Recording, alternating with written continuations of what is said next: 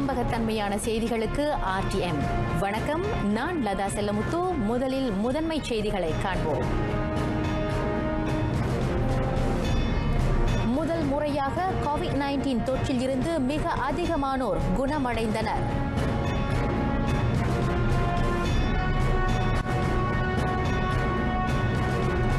உலோக தொழிற்சாலையின் சட்டவிரோத செயல் வெளிச்சத்துக்கு வந்தது.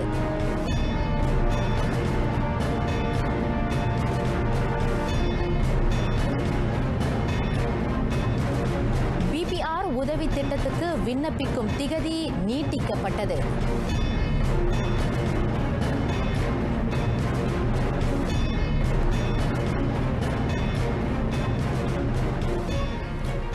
நாட்டில் இதுவரை இல்லாத அளவு இன்று அதிகபட்சமாக 4525 பேர் COVID-19 தொற்றில் இருந்து முழுமையாக குணமடைந்துள்ளனர்.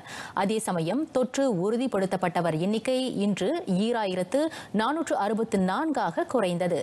7 அந்த கொள்ளை நோய்க்கு பலியானதாக சுகாதார தலைமை இயக்குநர் Tan Sri doctor Noor Hisham Abdullah தெரிவித்தார். புதிதாக தொற்று உறுதிப்படுத்தப்பட்டவர்களில் 2461 பேர் உள்நாட்டில் தொற்றுக்கு ஆளாகியவர்கள். எஞ்சிய 3 வெளிநாடுகளிலிருந்து தொற்றுடன் தாயகம் திரும்பியவர்கள். நாட்டில் மிக அதிகமான தினசரி தொற்று சம்பவங்களை பதிவு செய்த மாநிலமாக தொடர்ந்து ஸ்லாங்கோர் உள்ளது. அங்கு 1103 பேருக்கு தொற்று உறுதிப்படுத்தப்பட்டுள்ளது. 260 பேர் தீவிர சிகிச்சை பிரிவில் அனுமதிக்கப்பட்ட வேளை 111 பேருக்கு சுவாச கருவி பொருத்தப்பட்டுள்ளது. இன்று புதிதாக 11 தொற்று பரவல்கள் அடையாளம் காணப்பட்டன. நாட்டில் நேற்று வரையில் COVID-19 அன்றாட தொற்று பரவல் விகிதம் RT-0.92 பதிவாகியுள்ளது. மலாக்காவில் மிக அதிகமாக RT விகிதம் 1.07 பதிவாகியிருப்பதாக சுகாதார தலைமை இயக்குநர் Tan Sri doctor Noor Hisham Abdullah தனது அதிகாரப்பூர்வ சமூக வலைதளத்தில் வெளியிட்டுள்ள ஒரு அறிக்கையில் குறிப்பிட்டுள்ளார். மலாக்காவை தொடர்ந்து 2வது நிலையில் பினாங்கில் 1.06 விகிதமும், கிடாவில் 1.04 விகிதமும், ஜொஹரில் 1.01 உள்ளது. ஒன்றுக்கு குறைவாக RT விகிதம் பதிவான மாநிலங்களாக சரவாக்கில் 0.96, கோலாலம்பூர், நெகிரி செம்பிலான், பேராக்கில் 0.95, கிளந்தானில் 0.92, ஸ்லாங்கூரில் 0.89, பஹாங்கில் 0.86, திரங்கானுவில் 0.82, சபாவில் 0.80, பர்லிஸில் 0.77, புட்ராஜயாவில் 0.73, லாபுவானில் 0.65 உள்ளன. நடமாட்ட கட்டுப்பாட்டு உத்தரவை மீறியதற்காக நேற்று 877 பேர் கைது செய்யப்பட்டனர். அவர்களில் 806 பேருக்கு அபராதம் விதிக்கப்பட்டதோடு 71 பேர் தடுத்து வைக்கப்பட்டதாக தற்காப்பு மூத்த அமைச்சர் டத்தோஸ்ரீ இஸ்மாயில் சப்ரி யாக்கூப் அறிக்கையின் வாயிலாக தெரிவித்தார். தடுத்து வைக்கப்பட்டவர்களில் பெரும்பாலானோர், அதாவது 253 பேர் தூர இடைவெளியை பின்பற்றவில்லை. இந்நிலையில் மாநிலம் மற்றும் மாவட்டம் கடந்து பயணித்த குற்றத்தை 177 பேர் புரிந்ததாக அவர் சொன்னார். கேளிக்கை மைய நடவடிக்கையில் 101 பேர் ஈடுபட்டதுடன் 98 பேர் முகக்கவசத்தை அணியவில்லை. இதற்கிடையில் ஆப்ஸ் பென்தெங் நடவடிக்கையில் நேற்று 45 கள்ள குடியேறிகளும் அவர்களை ஏற்றி வந்த 5 கைது செய்யப்பட்டனர்.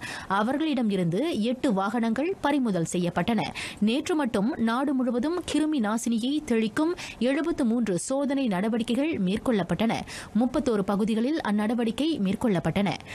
நாட்டின் அனைத்து நுழைவாயில்கள் வாயிலாக நேற்று 494 பேர் மலேசியாவை வந்தடைந்தனர்.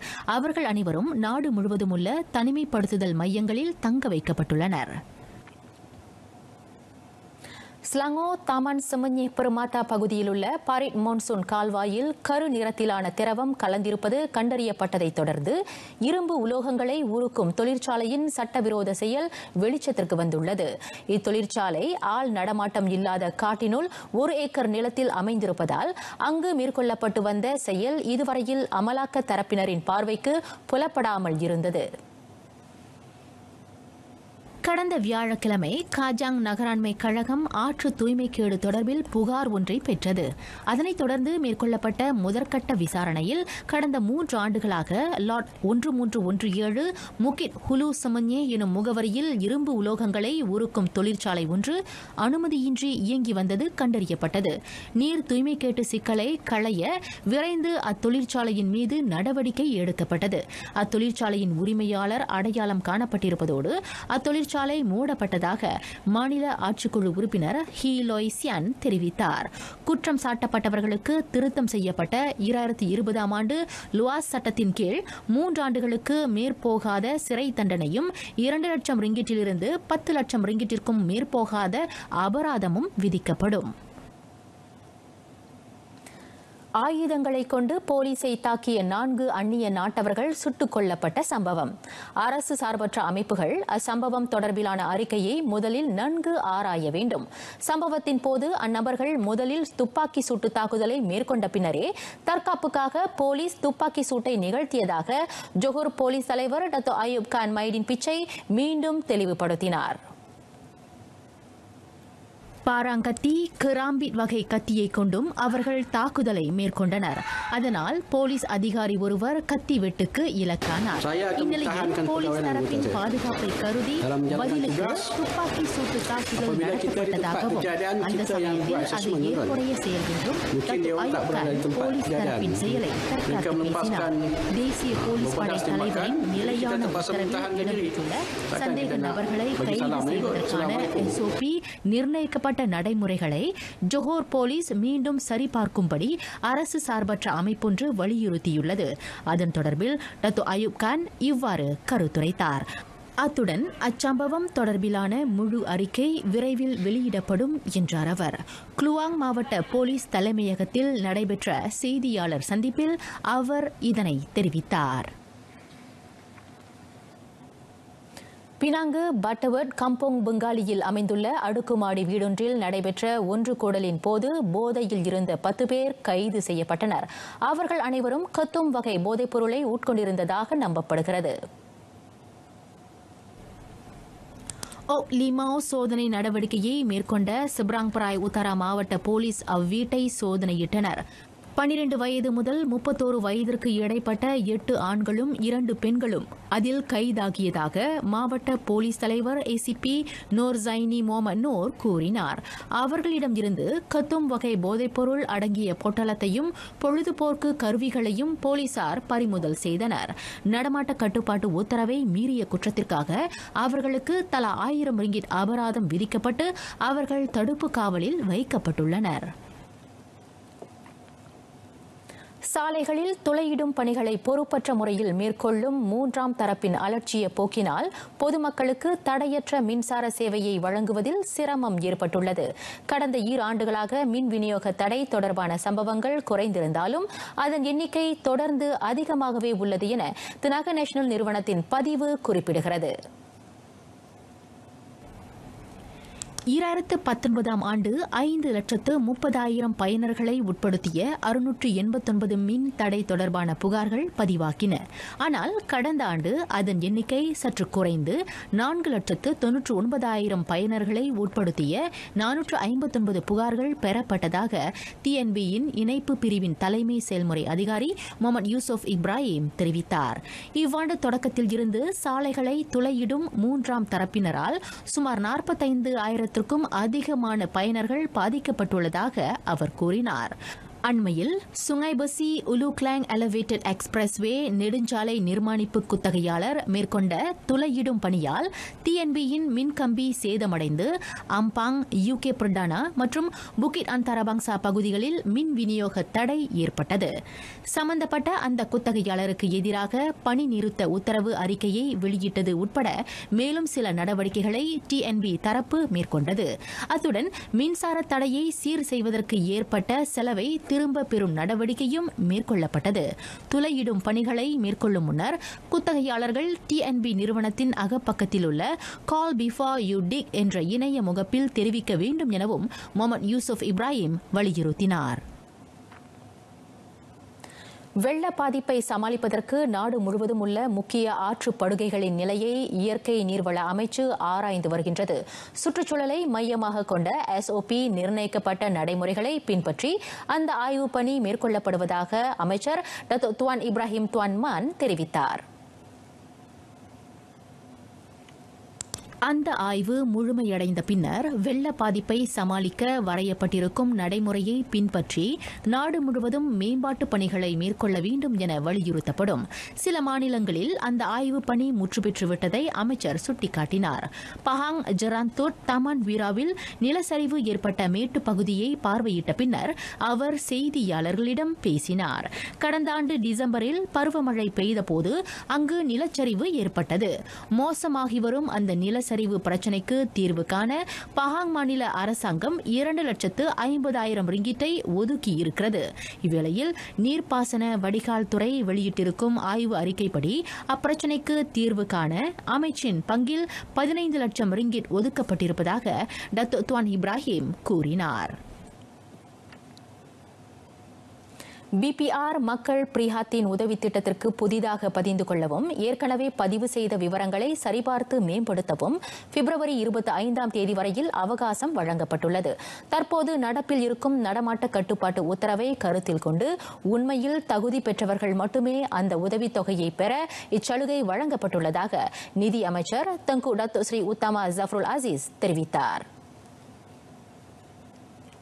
இதுவரையில் BSH வாழ்க்கை செலவின உதவித்தொகை அல்லது BPN B40 தேசிய பிரிஹாத்தின் உதவித்தொகை ஆகியவற்றை பெறாதவர்களும் 5,000 ரிங்கிட்டிற்கும் குறைவாக சம்பளம் பெறும் குடும்பங்களும் புதிதாக விண்ணப்பிக்க வேண்டும் என தங்கு டத்தோ ஸ்ரீ உத்தமா ஜஃப்ருல் அசீஸ் ஓர் அறிக்கையின் வாயிலாக தெரிவித்தார்.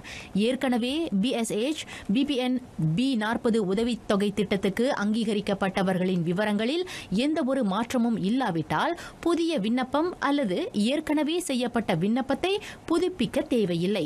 கடந்த ஜனவரியில் அறிவிக்கப்பட்ட பெருமாய் உதவி திட்டத்தில் குறிப்பிடப்பட்டிருப்பது போல முதற்கட்ட மக்கள் பிரிஹாத்தின் உதவித்தொகை இம்மாத இறுதியில் வழங்கப்படும்.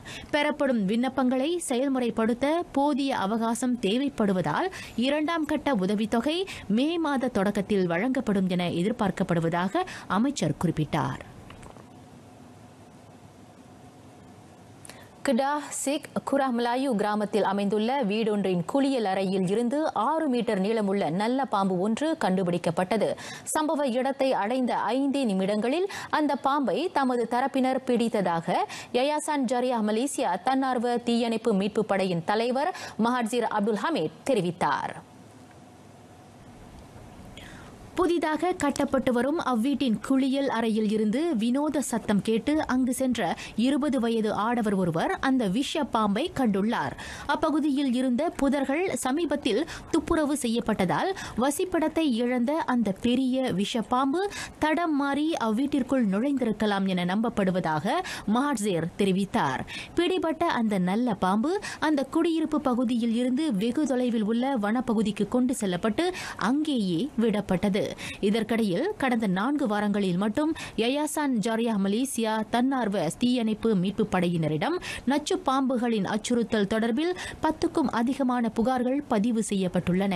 எனவே இதுபோன்ற சூழலை எதிர்நோக்கும் மக்கள் பாம்புகளை விரட்ட சுயமாக முயற்சிக்காமல் பாதுகாப்பு படையினரின் உதவியை நாடும்படி கேட்டுக் கொள்ளப்படுகின்றனர். அன்பர் தினம் காதலை மட்டும் பற்றியது அல்ல, அன்பே உயர்நிலை. அதை உணர்ந்தோரின் வாழ்வு சிறக்கும். 2 வெவ்வேறு தலைமுறைகளின் பார்வையில் அன்பர் தினம் எவ்வாறு வேறுபடுகிறது ஆராய்கிறது அறிவோம் தெளிவோம் அங்கம். அன்பிற்கும் உண்டோ அடைக்கும் தாழ், ஆர்வலர் புன்கணீர் பூசல் தரும். வழக்கமாக அன்பர் தினத்தில் காதலர்கள் அன்புக்குரியவர்களுக்கு சாக்லேட், பூங்கொத்து, வாழ்த்து அட்டை என பரிசு பொருட்களை கொடுத்து மகிழ்வர். ஆனால் மூத்த தலைமுறையினரின் அன்பின் வெளிப்பாடே வேறு. தனிமனித வாழ்வில் ஒவ்வொருவரும் அதனை அவசியம் பேண வேண்டும் என வலியுறுத்துகின்றனர். லோகநாதன் அருண்மொழி தம்பதி. எங்களுக்கு திருமணமாகி 24 ஆண்டுகள் ஆகின்றன. அந்த காலத்தில் அன்பர்கள் தினம் ஒரு நாளே கொண்டாடப்படுவது கிடையாது. இப்பொழுது சமீப காலமாக தான் அன்பர்கள் தினம், வேலண்டைன்ஸ் டே என்று அது விமரிசையாக கொண்டாடப்படுகிறது. பரிசு பரிசுகளும் பரிமாறிக்கொள்ளப்படுகின்றன. இப்போ அதனால என்ன ஆச்சுன்னா பரிசை வந்து எதிர்பார்க்குறாங்க. பரிசை கொடுத்தாதான் அன்பு வெளிப்படும் அப்படின்ற ஒரு சூழ்நிலை இப்பொழுது ஏற்பட்டுவிட்டது. முன்பு வந்து விவாகரத்து என்ற பிரச்சனை வந்து அதிகமாக வெளியே வரல. ஏன்னா வந்து அதையெல்லாம் சமாளித்து நம்ம குடும்பம் நடத்த வேண்டும் அப்படின்னு தான் நினச்சிட்டு இருந்தாங்க. ஆனால் இப்பொழுது என்னன்னா அந்த என்ன பிரச்சனைனா அந்த ஈகோ பிரச்சனை, புரிந்துணர்வு வந்து ரொம்ப இல்லாமல் போயிடுச்சு. விவாகரத்து பிரச்சனை இல்லாமல் இருக்கணும்னா அந்த புரிந்துணர்வு, ஒருவருக்கொருவர் விட்டு கொடுத்து போவது, அதெல்லாம் வந்து அவசியம் வந்து இருக்க வேண்டும். அன்பால் வாழ்வு அழகு பெறுகிறது. தற்கால தலைமுறையினர் நிறை வந்த பிறகுதான் வாழ்க்கையை ரசிக்கின்றனரா அல்லது அன்பின் சிறப்பை அறிந்து செயல்படுகின்றனரா? 10 வருட காலங்களாச்சு எங்களுக்கு திருமணமாகி. இந்த 10 வருட காலங்கள் வந்து கண்டிப்பாக ஒரு அழகான காலங்கள் தான் வந்து நான் சொல்லணும். அதே மாதிரி இந்த 10 வருட காலத்தில் வந்து கண்டிப்பாக நாங்கள் நிறைய சவால்கள் எதிர்நோக்கி தான் வந்திருக்கோம். அதே அடிப்படையில் பார்த்தீங்கன்னா இப்போ உள்ள சவால் என்னதுன்னு பார்த்தீங்கன்னா நேரம் பற்றாக்குறை. ஸோ எப்படின்னா அவர் வந்து வேலைக்கு போகிறதும், அவரோட மற்ற கடமைகளை பூர்த்தி செய்கிறதும், நான் வந்து பிள்ளைகளோட தேவைகளை பூர்த்தி செய்கிறதும், இந்த மாதிரி இருக்கும்போது எங்களோட குவாலிட்டி டைம் வந்து ரொம்ப குறைஞ்சிருச்சு.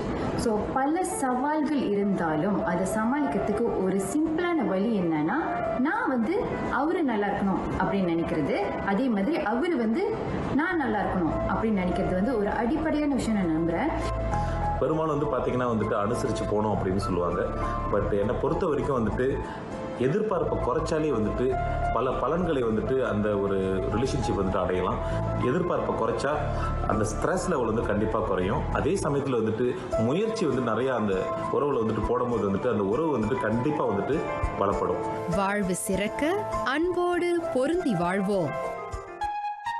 விழியில் விழுந்து இதயம் நுழைந்து உயிரில் கலந்த உறவு ஆயுள் வரை நீடிக்கிறது. உலகில் முதல் மனிதனிடம் தோன்றிய காதல் இன்றும் இளமையுடன் இனிக்கிறது. அதுபோல அன்பு உள்ளங்களில் பதிந்திருக்கும் காதலும் நிலையானதே. அனைவருக்கும் அன்பர் தின வாழ்த்துக்கள். RTM தமிழ் செய்திக்காக நான் சூர்யா சம்பத்.